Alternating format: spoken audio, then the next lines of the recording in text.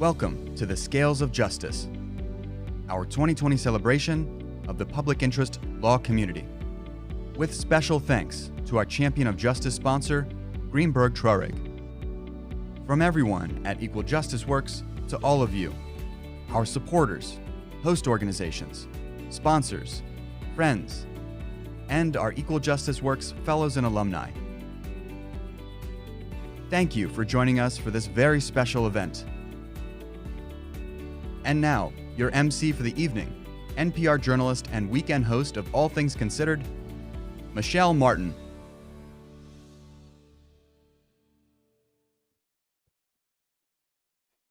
Hello, everybody. I'm Michel Martin, and I am delighted to welcome you to Equal Justice Works' first ever virtual celebration, the Scales of Justice. And I know we're all doing our best to adjust to this new normal, so adjusting to a virtual celebration is no easy task either. So thank you first to the awesome technical team that put all this together. I know it looks easy, it isn't. And thank you for adding yet another virtual event to your day to support the vital work of Equal Justice Works. Now, this organization brings together a network of law schools, law firms, legal services organizations, and supporters, you, to promote a lifelong commitment to public service and equal justice. The important work of this organization begins with David Stern. As many of you know, David has been Executive Director of Equal Justice Works for more than 25 years now. His work with the organization dates back even before that, and his work has been instrumental in making this organization what it is today, a critical element in bringing legal resources to bear on important matters of public interest. And I am pleased to welcome him now from across town. Hi, David. Hey, Michelle. So happy to see you. Thank you so much for emceeing. It is such a thrill. I'm such a big NPR fan, so this is a treat. And I am so excited to have so many people join us tonight. I can feel the energy even in my home. This is awesome. We have a great and inspiring program for you. We'll share a couple of videos of the fellows who are doing work on COVID-19 and racial justice issues. And of course, we will celebrate the one and only fabulous Laura Stein, who is a diehard champion for justice. We love you, Laura. Before we get started, I want to acknowledge the loss of a legal giant.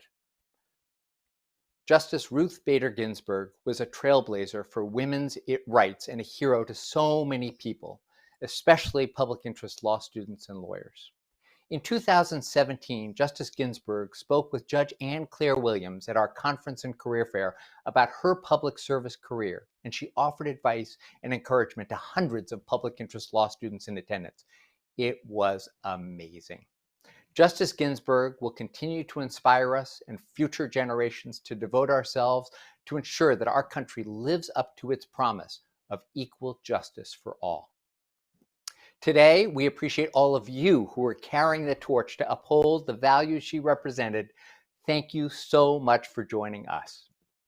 If you're on Twitter, I want to hear from you and see how you are celebrating with us tonight. So be sure to share photos and shout out using hashtags ScalesOfJustice2020. This has been a tough year. The upheaval caused by COVID-19 is all around us, but it has disproportionately impacted low-income and communities of color. And we continue to see the ugliness and deep harm caused by centuries of racism in our country. We recognize that we must take action if we want a real and lasting change. I am so proud of the Equal Justice Works fellows who are devoting themselves to addressing these injustices. And you will meet a handful of them tonight, and alongside them are hundreds more fellows and fellow alums. COVID-19 is sadly just one of the disasters that has hit us this year. Wildfires, floods, hurricanes continue to rage across this country. Since Hurricane Katrina in 2006, we have been deploying fellows to serve communities hit by disasters. We have countless stories about how lawyers have made a difference in recovery. This year, we formalized this into a standing disaster resilience program to help individuals and families prepare for and respond to the unique challenges arising from all forms of disaster. Here's one issue on my mind. The housing crisis in this country is real. Even despite attempts to block evictions, we know that they're still occurring and millions more on the horizon. Having a lawyer in these proceedings is critical. We have run several programs specifically focused on housing, including one right now in Richmond, Virginia, where evictions are significantly higher than the national average. In just 1 year, our 6 fellows and 2 community organizers have helped thousands of tenants stay in their homes, and we hope to replicate that program all across the country. In the next 40 minutes, we're going to share stories from our fellows who are doing this work to uplift lives and help communities. Now it is my great pleasure to welcome the chair of the Equal Justice Works Board of Directors, Ivan Fong. Ivan is the Senior Vice President, General Counsel, and Secretary of the 3M Company. This is Ivan's first year as board chair, and what a year it has been for Equal Justice Works and 3M.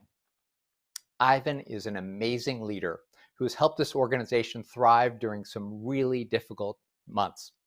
We are proud and grateful for his service to Equal Justice Works and for the work he has done at 3M to support healthcare workers and first responders. Let's move this party on over to Minneapolis. Over to you, Ivan.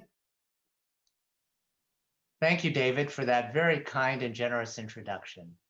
I am thrilled to be part of Equal Justice Works and tonight's Scales of Justice event, not just because I want to see David do his happy dance or because tonight's honoree, Laura Stein, is a dear friend and an inspirational leader to all of us, but because the mission of Equal Justice Works to develop the next generation of passionate public interest and public service leaders has never been more vital than it is today.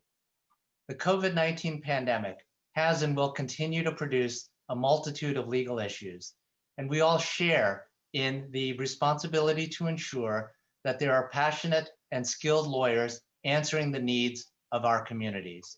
I am so grateful to the Equal Justice Works fellows and alums who are doing the important work to ensure that our justice system lives up to its promise.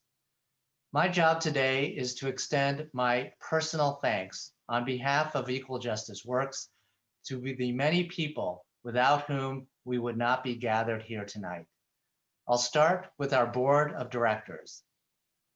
As board chair, I have the distinct honor and privilege of working with an amazing group of leaders from all corners of the profession, each of whom strengthen Equal Justice Works, and each of whom is committed to bringing our mission to life today and into the future. Huge thanks as well to our board of counselors. We are grateful for their energy, expertise, and assistance.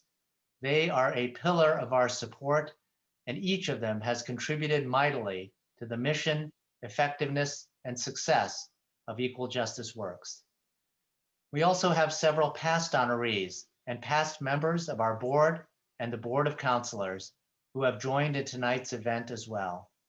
I want to recognize them for their service to Equal Justice Works and for the lasting impact they've had on the organization.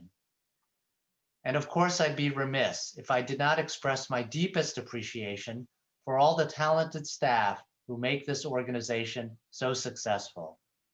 Thank you. And to all the fellows and alums, law students, professors and deans, and nonprofit leaders who are celebrating with us tonight, you are the heart and soul of this organization, and we could not do the work we do without you. Finally, tonight's Scales of Justice event is both a celebration and a fundraiser. And I want to thank all of our supporters and this evening's sponsors in particular for making this event possible. A special salute to our Champion of Justice sponsor, Greenberg Traurig, as well as our dedicated steering committee. These leaders did the lion's share of this outreach to bring all of us together and to make this event so successful. The funds they have helped raise will go toward mobilizing the passionate lawyers who will put their legal skills to work in underserved communities. Thank you again to our steering committee members and to all of you for your ongoing support. With that, I'll now turn it back to our wonderful MC, Michel Martin. Thank you, Michel. Thanks, Ivan. Now, if you are with us this evening, I hope it's not because the NBA finals are over. Chances are, you're here because you know what Equal Justice Works does. But maybe this is your first time being a part of this event, as it is mine. So let me tell you a little bit about what I have learned, because I have to do my own reporting. Every year, Equal Justice Works mobilizes hundreds of lawyers to serve communities across the country. Through their fellowship programs, law students and lawyers have the opportunity to offer service. And in doing so, they help to improve equal access to our justice system. Now, even before the pandemic, many legal services organizations were struggling to keep up with the demand for civil legal aid. And this demand has only continued to soar. And organizations are being inundated with requests from people, many of whom are working essential jobs, while others need assistance with unemployment benefits or medical debt, foreclosures, and other pressing legal needs. Now, I don't know about you, but when I support an organization, I like to know what it's all about and what my money is going for.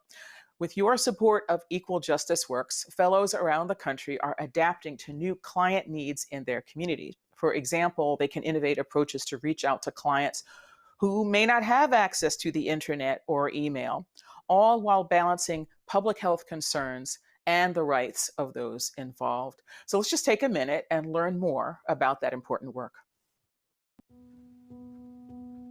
Right now, we have mass incarceration, an opioid epidemic, and a COVID-19 pandemic. This is a perfect storm for vulnerable communities.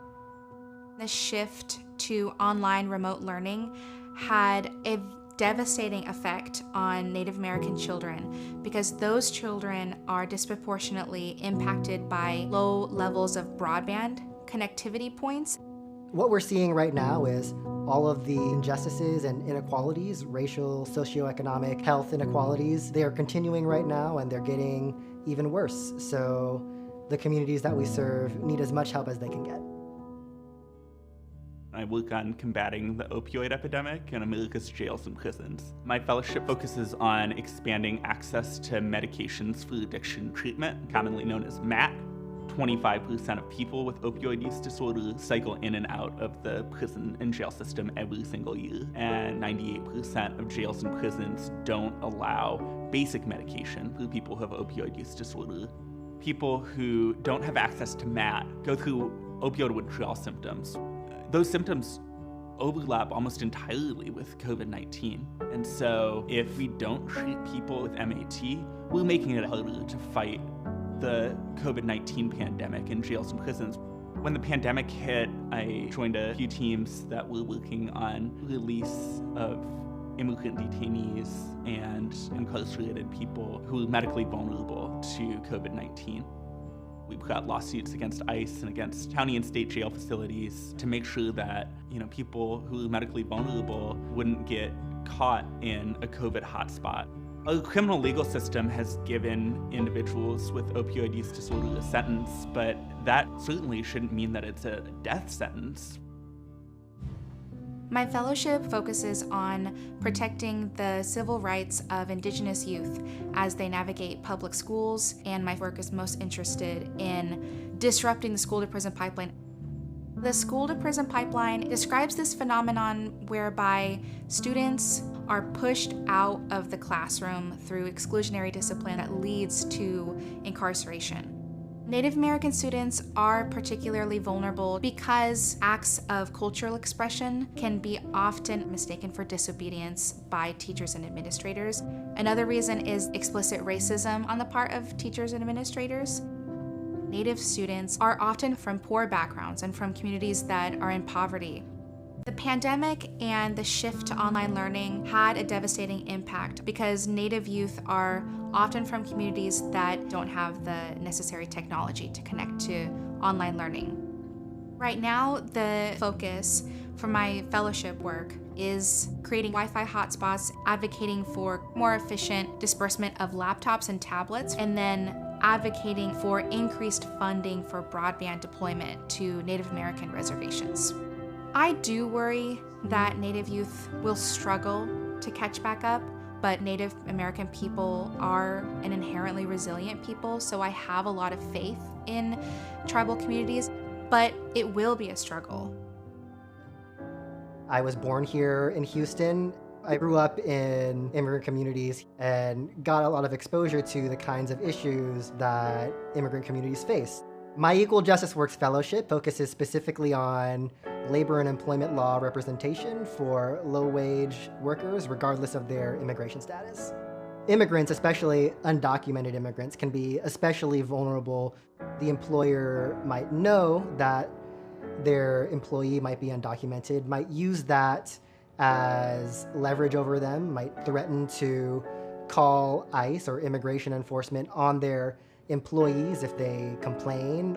The pandemic really has increased the level of injustice that we're seeing. Workers are getting fired the moment they either develop symptoms or test positive for COVID.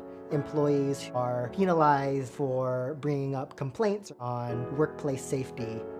We've also seen employers file for bankruptcy, and that allows them to discharge the debts that they might have to their workers instead of paying them as they should have.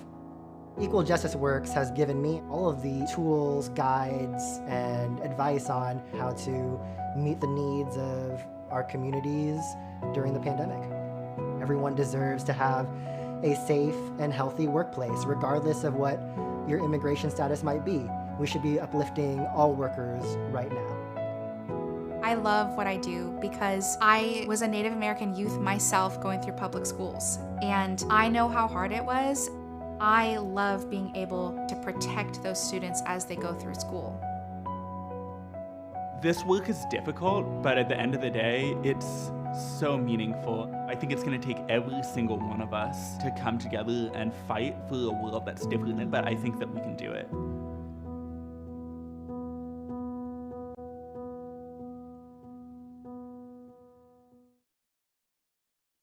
I'm sure I speak for everybody when I say that I wish we could thank all of you in person. So please just accept our thanks wherever you are for the hard work that you are doing. And I'm guessing that many of you who are with us tonight are lawyers yourselves, or you know someone who is.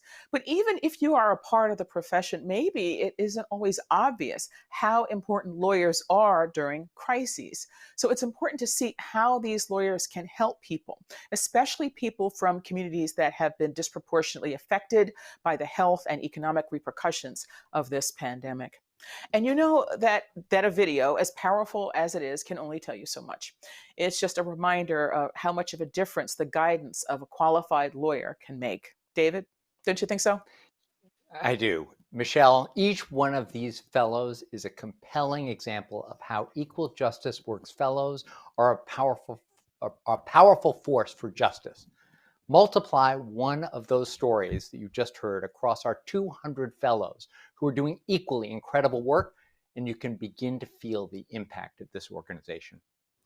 These fellowships last well beyond the 2 years. More than 85% of our alums are full-time public interest lawyers, continuing to pursue equal justice for underserved communities across the country. With your help, we can support one more fellow who can make a world of difference for their community. Your support allows Equal Justice Works to create opportunities for fellows like Crystal, Dan, and Joey to serve their communities and fulfill their desire to help people who need their help. Right now, access to civil legal aid is more important than ever. The goal here is to invest in more fellows who can help with the increased demand for legal aid and work to ensure that everybody has access to basic human needs and safety. And this is where the Text-to-Give campaign comes in. I know you were waiting for it. I know you're excited to participate. Through the Equal Justice Works Text-to-Give campaign, you can text in a contribution or click on the link below, and it will open up a new tab where you can make a donation. I know you're excited because how many times have you been to an event and people are like, put your phones down, put your phone down. So now we're telling you to pick your phone up. Your support will help launch the career of another fellow, another person committed to public service and equal justice. If you need more convincing, I'm going to invite you to take a look at this video about Clarence Okoh, the fellow who was funded thanks to last year's Text-to-Give support.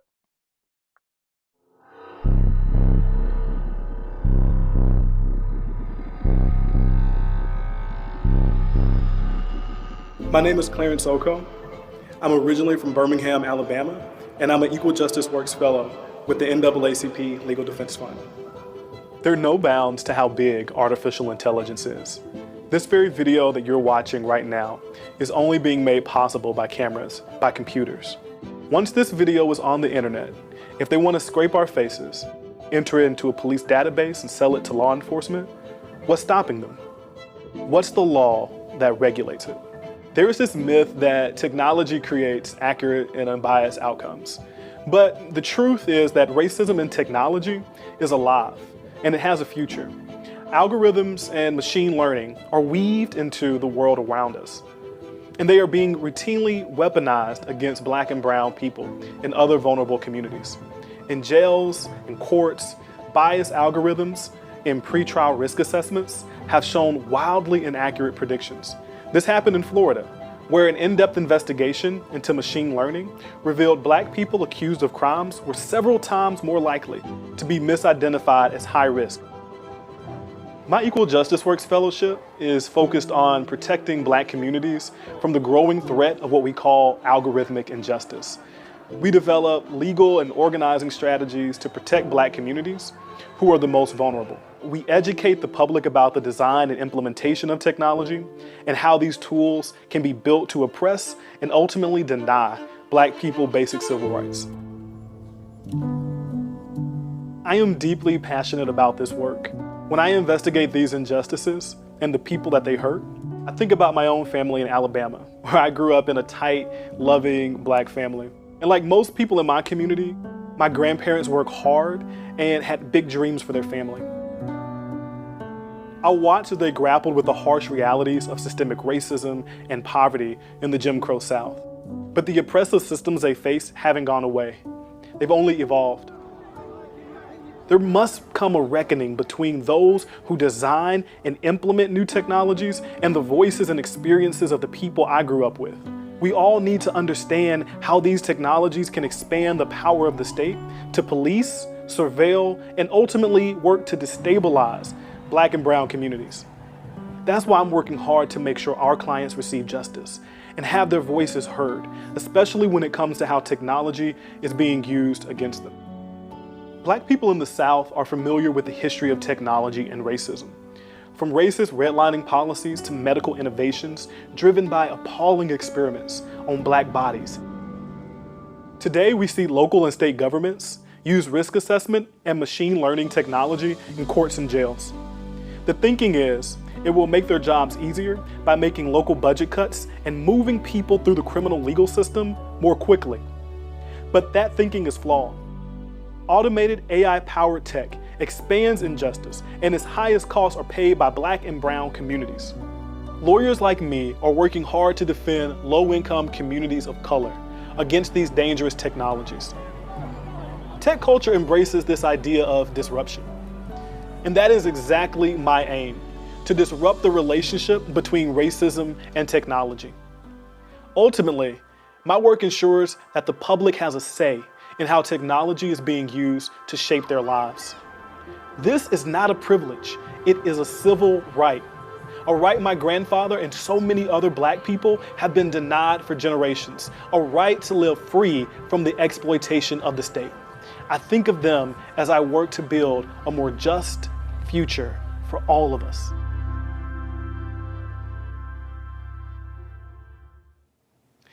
Hi everyone.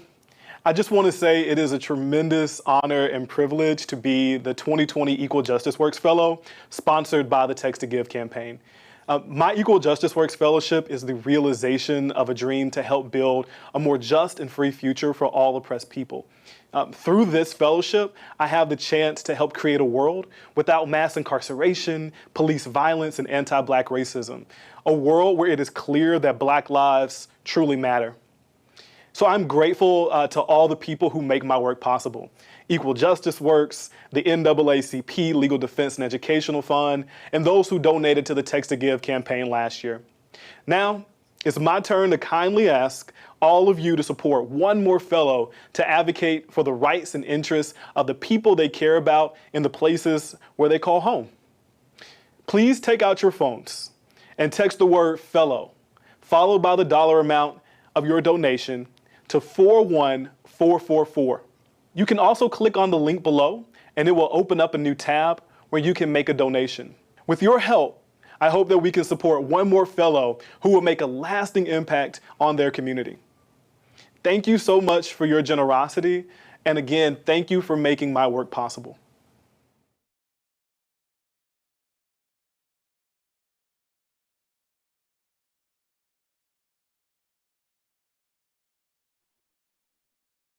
Thank you, Clarence. It truly is an inspiration to hear about your important work, and I am sure that hearing about Clarence's work will inspire many of you to support another fellow and to facilitate more stories like this one.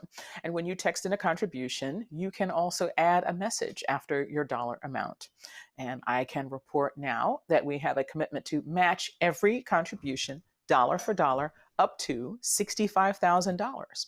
So if you click on that donate button, your donation will be doubled. This text to give match is made possible by friends of former board member Michael Lehrer in honor of his retirement and friends of tonight's honoree, Laura Stein. Just think about it. At this time last year, we were going to be forced to say no to Clarence because we didn't have any more sponsors. But because of people just like you who texted in a contribution, we were able to say yes to Clarence. So please take out your phones and text in your contribution. It's really simple. You just text the word fellow, followed by the dollar amount of your donation to 41444. And if you're watching on a computer or a tablet, you can just scroll down and click on the link below and even include a little message when you do. So let me take a look at some of the screens. I have to say, it has been so inspiring to watch the text to give taking place over here. So many people have been texting in contributions, and I am so moved by their generosity. One of the things that is so inspiring to me is when I see former fellows who are, and current fellows who are texting in contributions, our staff members, and then people like Greg Jordan, who's the general counsel of PNC Bank, and Doug Lankler. And then, of course, we have Linda Drieben, and Greg and Amy Lacasio, and Marcia Levy, Lois Schiffer. Oh my God, it's just so inspiring. It just makes me get all choked up. It's so awesome. Judge Mike Davis from Minneapolis. Hey, Judge Davis, so happy you could join us. It's awesome. John Levy. It's so amazing. So I'm just so grateful for all of your support and for making this possible. Right now, we're at $52,520. We're on a good rate. I think we can do it, but it's going to count on each and every one of us. It's one of the things that I love about this dinner is the collective action that's taken by all of our guests to text in a contribution and make it possible for us to fund one more fellow like Clarence. Isn't that awesome? So thank you for being our champions of our work. And that is the perfect segue for me to turn to this year's Scales of Justice honoree, Laura Stein, the Executive Vice President and General Counsel of the Clorox Company. Throughout her wide-ranging legal career, Laura served on the organization's board for 9 years, including serving as board chair, and continues to be a leader in driving pro bono initiatives. At Clorox, I am told that Laura has played an instrumental role in shaping the company's corporate social responsibility ethos. She helped to establish Clorox's pro bono program through which legal professionals at the company can spearhead a pro bono project. The award-winning program has supported a number of initiatives, including assisting victims of domestic violence in family court, representing tenants in housing disputes, and providing re-entry support to formerly incarcerated people. In the current moment, Laura is supporting Clorox's public health response to the COVID-19 pandemic, as she has done with other natural disasters and disease outbreaks in the past. She's also been instrumental in directing the company's commitment to racial justice. Equal Justice Works is proud to honor that work tonight. And now we're going to hear from Laura. Laura Stein sat down for a conversation with her father, Robert A. Stein, former dean and current Everett Fraser Professor of Law at the University of Minnesota School of Law, Laura visited her father, and the two of them had a chance to sit down and discuss her career, family values, and hope for our justice system. And let's all take a look together. What a treat to be here today with you, Dad. Well, it's a pleasure to have you here, Laura, at the University of Minnesota Law School. Congratulations on receiving the Scales of Justice Award. Thanks, Dad. Your entire family is very proud of you, not just because of the award, but because of the values and commitments on which it's based. Why don't you talk just a little bit about your commitment to access to justice, and where do you think that value came from? Dad, you provided such a tremendous role model to my sisters and me for how we should strive for equal justice for all. You and Mom encouraged us and expected us to play a role in our communities. And so, growing up, you were so involved in these values and living these values that being so much in awe of my dad and all that he's done, I wanted to be like my dad. Laura, I know another of your very strongly held values is commitment to the rule of law. Sure, and once again, the role model for me is a giant in the rule of law area who I'm sitting across from, my father. One of the basic tenets of the rule of law is that every person is entitled to equal rights and fairness. You can't have the rule of law unless you have an inclusive society where people have those rights, but they can exercise those rights because it's an inclusive place. We have responsibilities as lawyers. There are an enormous number of unmet legal needs in this country. What can lawyers do to fulfill their responsibility as lawyers? We all have an obligation to create a more free and just society. And so what we can do together is provide pro bono services, fight for equal justice, partner with others to fund or support people doing this work, encouraging the firms that we work with to reflect our values and do more pro bono. I served for many, many years on the ABA Commission on Domestic Violence. I chaired it for several years, and some of my favorite people in the world were people out there fighting every day for equal justice and for stopping violence and for making a difference. And so again, through the years, I've got to see that when you can be stretched out of your comfort zone, but when you've got a support network, you can do pro bono that makes a difference, even if it's not the area in which you were trained. How about in the corporate context? Can corporate counsel make this kind of commitment, and how can they do that? Corporate counsel can and must make this commitment. I think corporate lawyers can partner with firms to do more, encourage our firms to reflect our values and do more, and we'll have a much more engaged and purpose-led team when we encourage everyone to try to make a difference and impact in people's lives. This summer at Clorox, we decided to hire 5 times more summer law student interns than we had planned because so many law students lost their internships in the face of this pandemic, and we wanted to help. And it was such a great experience for our legal team. The additional interns just inspired us, and they made everyone filled with hope for the future because they were so amazing. Laura, with the pandemic having a disproportionate adverse impact on persons of color, what are some of the specific things lawyers can do to provide assistance? It's tragic, the impact that this pandemic and the ensuing economic recession is having on people who are already underserved. In addition to doing more pro bono, we can support public interest lawyers and others to ensure that there's resources to increase access to justice. I know how inspired you are by the Equal Justice Works Fellows. You've gone out of your way to mention them to me through the years of how impressive they are. Why do you think it's important for lawyers and everyone who's able to support the organization and the projects of the organization?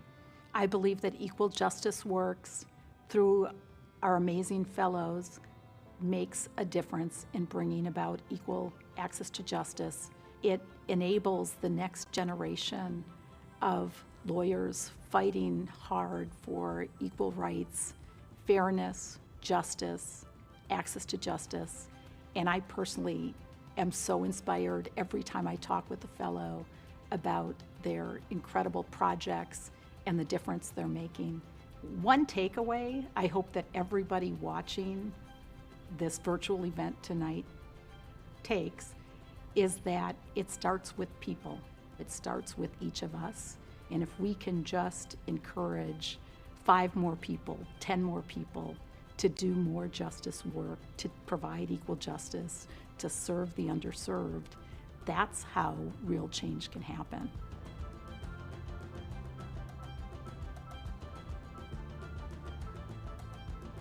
Hi, everyone. I want to take a moment to say thank you. This is an incredible honor, and it was such a treat to be able to sit down and talk with my dad about our shared values and hope for our justice system. Thank you to everyone at Equal Justice Works, and thank you to all of you for supporting this organization and all of the amazing Equal Justice Works fellows. When I first was introduced to Equal Justice Works, I fell in love. I am energized by its commitment to mobilizing passionate public service leaders working across the country. You Equal Justice Works fellows are so inspiring. And right now, I think we could all use a bit of inspiration. This has been an incredibly tough year.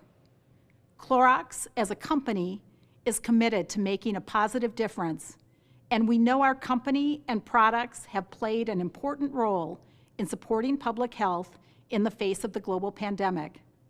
We also know that we must act to address racism, which has been a public health crisis for centuries.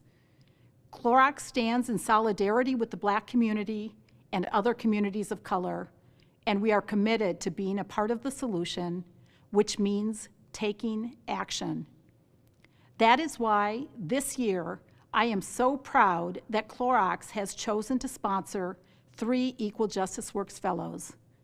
Elizabeth Rainwater, who is addressing the discriminatory impact of Georgia's probation system with her host organization, the Georgia Justice Project. Bailey Strello, who is helping to ensure equal housing and employment opportunities for California residents with criminal records through her host organization, Root and Rebound. And Martina Tiku, who is hosted by the NAACP and advocates on behalf of tenants to improve housing stability in Atlanta. I know the power of an Equal Justice Works Fellow. Fellows challenge systems of injustice, make meaningful and lasting change in their community, and help us realize our nation's promise of equal justice for all. For 30 years, this wonderful organization has mobilized new public interest lawyers to fight for equal justice across our country. I am so grateful for and inspired by the work of these fellows, now more than ever. Thank you for this honor this evening.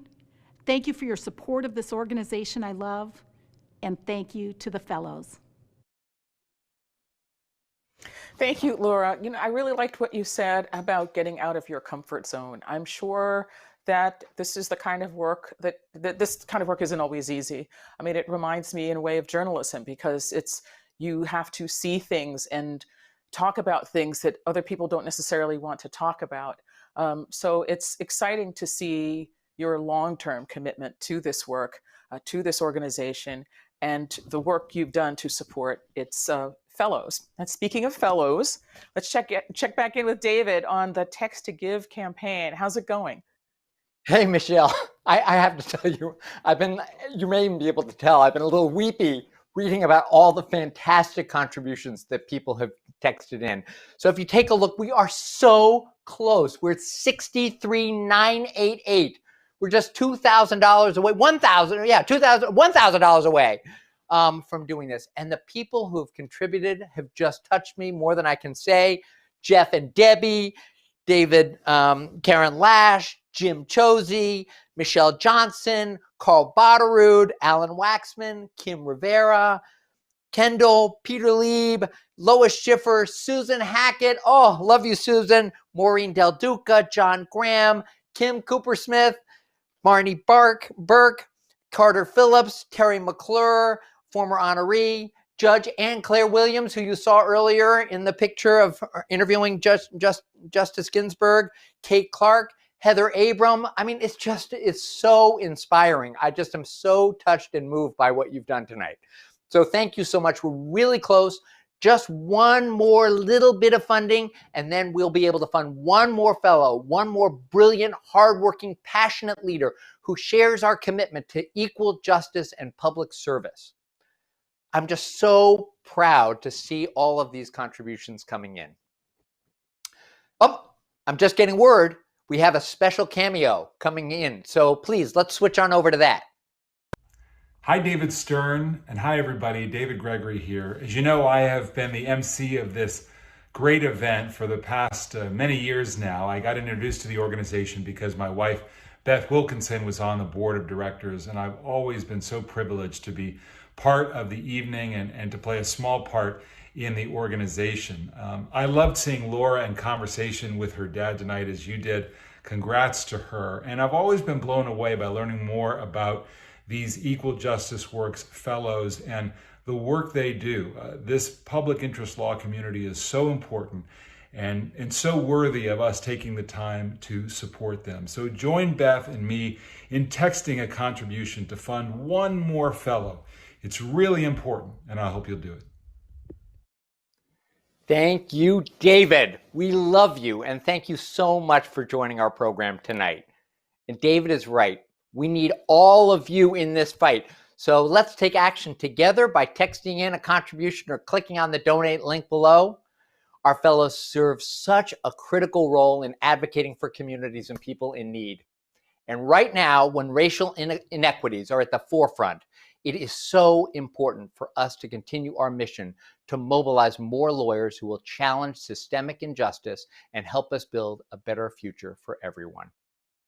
Just take a look at how our fellows are working daily to change unjust systems.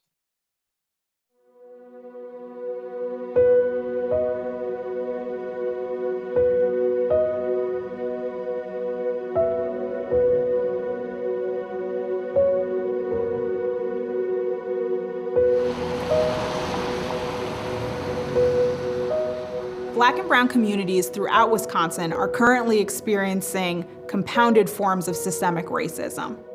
Due to COVID, due to the murder and attempted murder of Black and brown people, specifically Jacob Blake, and then fearing for their lives when they're exercising their protest rights, they also live in fear of being involved or being pulled back into a criminal legal system. And so that's where my work comes in. My name is Shakeshaft, and I work at the ACLU of Wisconsin in Milwaukee. I'm inspired to do this work, to get out of bed every day and to fight for our clients. In New York City, Black and Latino folks experience policing differently than white people. Our clients are over-policed and experience police brutality at astronomically higher rates. We have this horrible pattern of NYPD officers engaging in collars for dollars. It's where they make arrests to pad their overtime. When this police misconduct is brushed under the rug and shielded from public disclosure by laws like 50A, we're not able to address the issue. I believe the right to vote is critical because I believe it's preservative of all of our other rights. In the South, Blacks face racial injustice on a daily basis.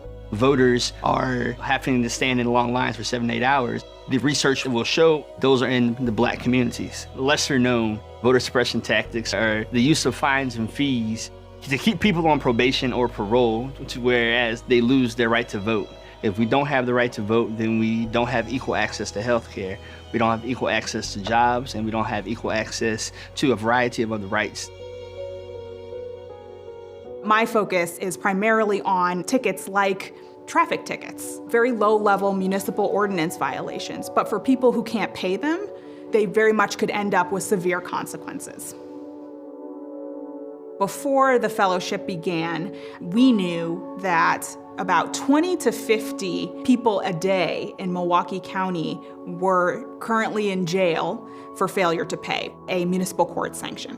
3,937 people. Those who are unable to pay may then suffer consequences like driver's license suspensions and even jail time. In the suburbs, 90% of people who were sentenced to jail time for failure to pay were Black or African American. Through advocacy, those numbers have dropped dramatically. Police Secrecy Law 50A was one of the worst laws in the entire country for shielding police misconduct records. We've seen the issue of police secrecy play out when families of those who've been killed by the NYPD haven't been able to access, in some cases, even the names of the officers who killed their family members. The mother of Eric Garner tried for years to get the record of the officer who killed her son. When it's all hidden and kept in the dark, we can't make the changes that we need to. Had the public had access to this information, and had we been able to hold officers accountable, perhaps lives could be saved. My grandmother was a domestic worker. She was right in the heart of all the civil rights actions in Greensboro. We have the Greensboro Four with the sit-in movement, John Lewis and Bloody Sunday. She was there for all of it. That was really what inspired me to go into voting rights work, is going to A&T and just hearing the history of my ancestors and the people that fought for the right to vote. There are people right now that are sitting in jail because they voted.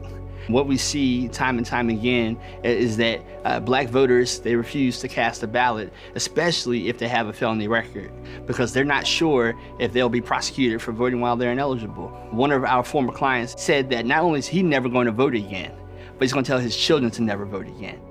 So what we see is a generational disenfranchisement. It's diminishing his voice, and his voice needs to be heard the loudest. I am surrounded by a movement where we're all just as passionate about changing the way policing is done in our city, and I just love every minute of it, getting to work with movement partners and seeing the results of some of our work really pay off.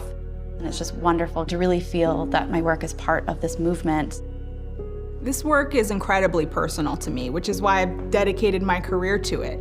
I want this world to be the best place it can be for myself, for my community. This work is just one small thing that I can do to help to make that happen.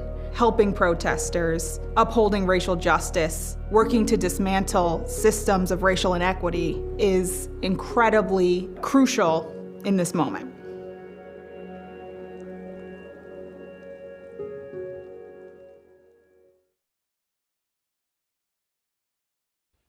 This has been such an inspiring program. I'm delighted to be with you all today to honor Laura Stein and the important work being carried out by Equal Justice Works Fellows across the nation. My name is Sherrilyn Ifill, and I'm the President and Director-Counsel of the NAACP Legal Defense and Educational Fund. I also proudly served on the Equal Justice Works Board of Directors for 3 years alongside Laura. Laura has always sought to pay it forward, and nowhere is that more evident than in her commitment to increasing equal access to justice, both on an individual level and as a leader in the legal field. She's a pro bono champion, represents the very best of our profession, and is truly deserving of this award. Congratulations, Laura. Wow, what a year it has been. There is, of course, the pandemic and an economic crisis that's been born of this health crisis. But we've also been witness to one of the larger movements for racial equity in our country's history. Like all of you watching, I feel inspired and energized hearing about how these fellows are combating and dismantling oppressive systems one lawyer at a time. Their stories illustrate how Equal Justice Works fellows make a lasting impact. At LDF, we've had the opportunity to host fellows for the last 23 years. We've seen firsthand the creativity, the compassion, and the tremendous talent that a fellow brings to each organization where they serve. Every one of the fellows we've hosted has shared our commitment to seeking structural changes to expand democracy, eliminate disparities, and achieve racial justice. They've all worked diligently to transform our society through their innovative legal projects. Earlier, you heard from Clarence Okoh, this year's Text-to-Give Fellow, who will be working alongside attorneys at LDF to defend low-income communities of color against exploitative AI and machine learning technologies. What a passionate advocate. I cannot wait to see the impact of his work, to celebrate his successes as he helps to build new policies that will strengthen our nation's commitment to equal justice for all, and to work alongside him. Supporting the next generation of public interest lawyers, just like Clarence, is critical to our nation's success. It is our responsibility to use our assets, our resources, and network to lift up these fellows who are picking up the mantle and continuing the fight against injustice. So many of you out there watching this program know how long and arduous this fight can feel. That's why I'm so grateful for and energized by the fresh faces joining our cause. Fellows, you are exactly what we need right now. New energy, new ideas, and approaches to addressing injustice. I hope that everyone watching feels this shared commitment and is ready to do their part in fulfilling the promise of equal justice for all. As Laura mentioned earlier, it starts with each one of us. Encouraging 5 more people to ensure that people have access to equal justice, equal rights, and a legal system that will honor and protect those rights. That's how real change can happen. Let's start today. Take action by texting in a contribution or clicking on the donate link below to invest in one of our passionate public service leaders whose tenacious spirit will bring us closer to our shared vision of fulfilling the nation's promise of equal justice for all. Thank you. Thank you, Sherrilyn. It's always a good day when we get to hear from you. This has been such an important evening. It's been interesting. It's been eye-opening, I'm sure, for many of you, as it has been for me.